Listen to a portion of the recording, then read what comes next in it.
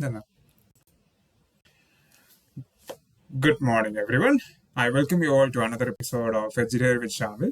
And today we are discussing about refuge areas, and this is a continuing video series on the Aliganj fire incident that is in Lucknow. So the incident took place on 22nd of June 2026, which took away the lives of 15 innocent souls. So let us see what do we have about refuge areas in this content. So there's one particular incident that took place in the building. So it was about a 19-year-old trainee who was there in the animation center, and he took a refuge in the washroom during the time of fire. And his intention was to escape the smoke and the fire.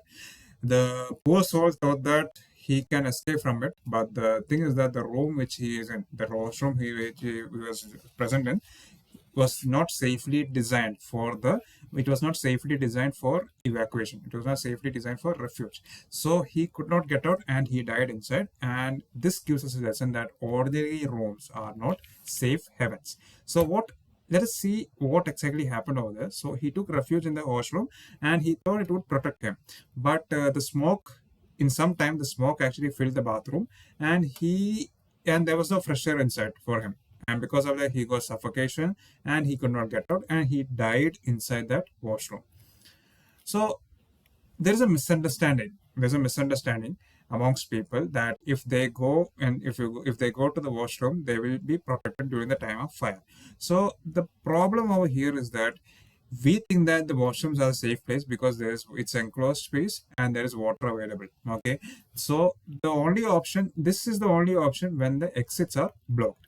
But the thing that we need to understand is that these such rooms, such washrooms, or be it any ordinary room, they cannot be used for the area of refuge because it is not fire rated protected. And these people who are there inside such rooms, they fail to protect them, and people die because of that. So why washroom is not safe? So washroom is not safe because of the following features. So the first thing is that it has a standard door. There is no fire rated door, and because there is no fire rated door, it burns through quickly. That is number one reason. Number two reason is that there is no smoke seals. So the smoke, it actually entered through the gaps. That is number two reason. Then number three is that there is no fresh air available. So occupants who are using such washrooms or any other room, any other non-fire protected room, they suffocate. Then fourth one is there is no proper communication. They cannot call for help. Then the fifth one is there is no rescue access. The firefighters don't know you are there in the building. Already we are losing time and the firefighters cannot search. So if they are not aware that whether you are there in the washroom or not. The last one is structural weakness. The walls can actually collapse because since it is not fire rated, and that is another reason. So these are the some of the reasons on why washroom is not a safe option, safe place to stay. So what is an area of refuge? So area of refuge is actually a designated fire resistant space within a building. It is used by people who cannot evacuate, like disabled, elderly, or injured people. So it is a safe waiting space or place until firefighters arrive. Okay, and the area of refuge is purpose built and is engineered so that the occupants who are having difficulty in using the evacuation route can actually use these rooms until the firefighters arrive. Okay, and it is different from any ordinary made room. So this particular room is a designated fire resistant space. So that is about the area of refuge. So what are the fire code requirements for the area of refuge? So let us see what are the requirements. So the first one is, when it comes to the fire resistance rating, the walls, floors, doors, which are used to create the which are used to create the area of refuge, it should be of 1 to 2 hours of fire exposure. That is number one. Number two is that the smoke protection, that is the smoke seals on doors. There should be smoke seals on doors so that the smoke does not seep in and enter the room. So there should be a positive pressure within the area of refuge. So the positive pressure is that the pressure inside the room due to the fresh air fans, it should be more, so that it will actually not allow the smoke to enter. Okay, it will actually push the smoke away from the area of refuge. This is what positive pressure is all about.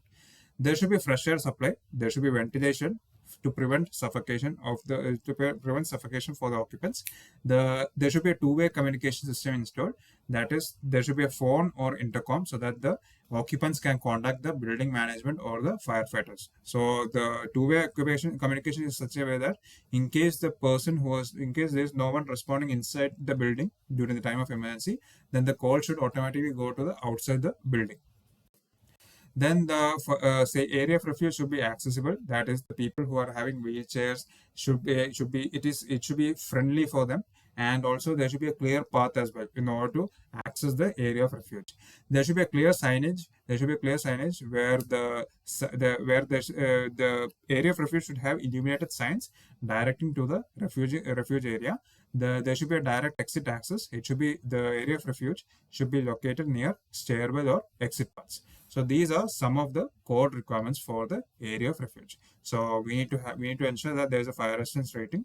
So that is, all the components, all the walls, floors, doors should be 1 to 2 hours of fire rated rating. Then the fire rating, and then the smoke protection. The smoke seals on the door should be available. So, and there should be a positive pressure as well. Then there should be a fresh air supply. There should be a two-way communication. Then it should be accessible. It should be accessible for people who are using wheelchairs. Then there should be a clear signage. That is, the illuminated signs should be directed to the refuge area, and then the refuge area should be located near to the stairwell or the exit path, so that the firefighters can easily take them out during the time of escaping, during the time of evacuation.